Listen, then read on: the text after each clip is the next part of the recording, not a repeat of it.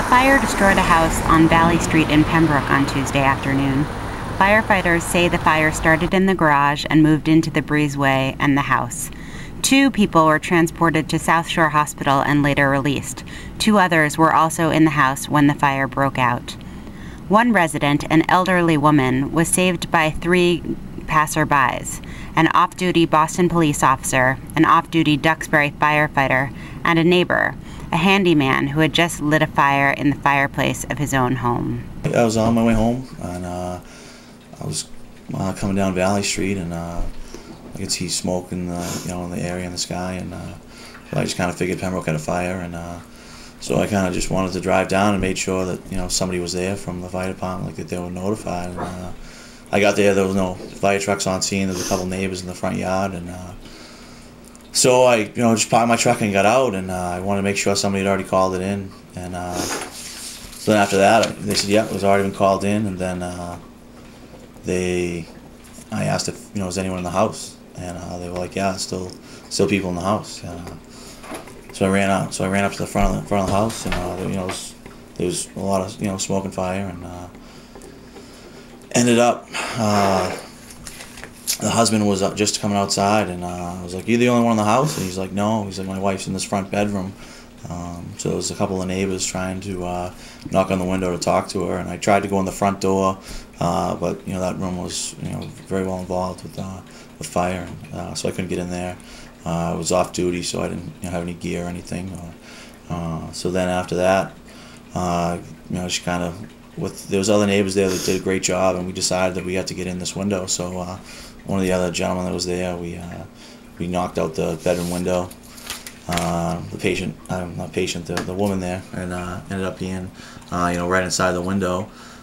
She's very frightened, and didn't want to come out the window. But between the two of us, we were able to talk to her, and ended up getting her.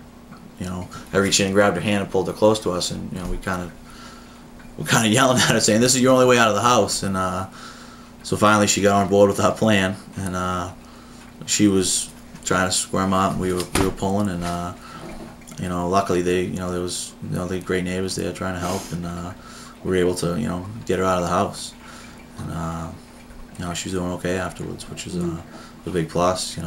Good end result. I just built a fire in our house. I just touched it off, and I saw a big cloud of smoke out front. So I thought that I had a chimney fire or something going on. I'm like, oh my God, I got this big cloud of smoke out front. So I was running outside and looked at our chimney, and it was fine. I was like, oh, there's nothing wrong. And I glanced over there, and I just saw smoke just billowing out of Hans's garage. I went running over there to see what was going on, and Hans was standing out front holding the screen door open, and the house was just completely filled with smoke, just totally filled with smoke. It was right to the floor. So I got down on my knees, and I went to go in the house, and I was like, I can't breathe. I'm like, where are you, where are you? And she says, I'm here. I couldn't even breathe. I was only in there for less than a minute. So I went running back out the front door, and I got down the front steps. And then these 2 other guys came up the front lawn, and they're like, oh, is there anybody in the house? Is there anybody in the house? I say, yeah, there's an elderly woman in here. So they were like, oh, where is she? I'm like, I don't know. I can't tell where she is in there. It's too smoky. And one of them saw her in the window, which was right to the right of the front door. So that guy was huge. He just took his arm and just blew the window right out. He said he was an off-duty firefighter or something. So he just blew the window right out. And then I grabbed the towel that I was using over my mouth, and I started pulling the glass off so that we didn't cut her all up, getting her out the window, because she was just wearing like a nightgown kind of thing. So then the 3 of us grabbed her. I grabbed her by the right arm, and he grabbed her by the left, and then the 3rd guy helped us get her right out. It was just the right time at the right place at the right time, and it just everything happened so fast that I'm obviously very happy with the end result, and that's the most important thing, that the house is going to be rebuilt. I feel good that I did the right thing, as a man you always wonder.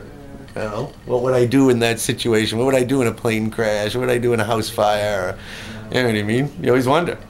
They did the right thing.